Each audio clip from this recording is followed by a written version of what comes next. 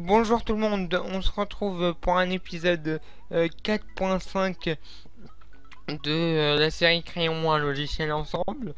Alors cet épisode, il va juste servir à, à- à mettre au point les choses parce que j'ai fait des modifications, quelques modifications hors caméra. Donc cette vidéo aura pour but de vous mettre au point, de vous montrer les quelques modifications que j'ai fait pour ensuite dans le prochain épisode directement attaquer au vif du sujet. J'ai fait quelques ajouts dans hors caméra. Donc alors le premier ajout déjà c'est dans la fenêtre d'ajout de nouveaux livres. Alors déjà moi j'ai rajouté un bouton qui va servir à choisir la couleur du contour du livre.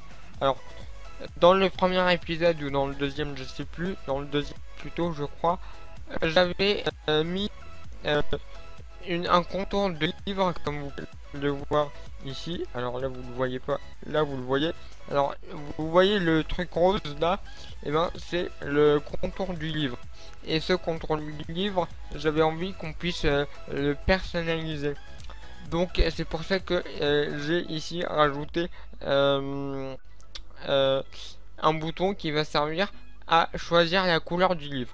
Alors ce bouton il est un peu spécial parce que quand on clique dessus, et ben il y a une petite palette de couleurs qui s'affiche et on peut choisir la couleur qu'on veut ou une couleur personnalisée ici. Donc là je peux personnaliser ma couleur comme je le souhaite. Donc voilà. Donc bien entendu, cette information de couleur, elle sera enregistrée avec les autres informations, hein. Donc les informations qu'on a créées dans le dernier épisode, donc dans le fichier serialisé. Donc, donc tout sera mis dans le même fichier. Voilà. J'ai aussi rajouté un bouton modifier un livre existant. Parce que oui, imaginons que hier j'ai créé un livre, j'ai commencé un livre. Et que, imaginons, aujourd'hui je veuille continuer ce livre. Et bon, ce bouton me permettra de modifier le livre existant. Donc de continuer le livre, donc l'édition du livre. Voilà. Donc pour l'instant, qu'est-ce qu'il fait ce bouton? Il affiche juste la fenêtre d'éditeur de livre. Alors plus tard, il va d'abord donner le mot, enfin demander le mot de passe à l'utilisateur pour permettre la modification du livre. Donc si le mot de passe est bon, et ben on ouvre l'éditeur de livre. Si le mot de passe est pas bon, ben on va lui dire vous ne pouvez pas accéder à la modification de ce livre. Donc voilà.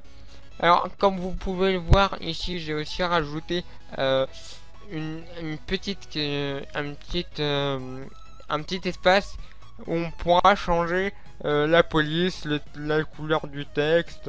Et enfin, on pourra personnaliser le texte du livre. Donc on pourra changer la couleur,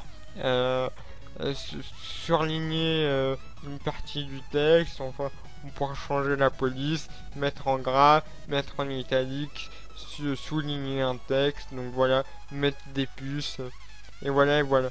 Et on pourra aussi mettre le texte au milieu, à droite, à gauche. Donc voilà, on pourra faire plein de choses. Donc voilà. Donc j'ai aussi rajouté quelques petits boutons là dans l'éditeur des livres.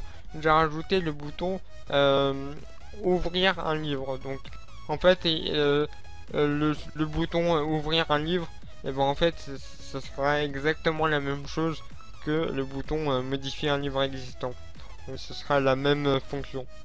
Donc voilà pour les modifications que j'ai faites hors caméra, hein. Donc c'est rien d'exceptionnel, hein. C'est juste des ajouts visuels.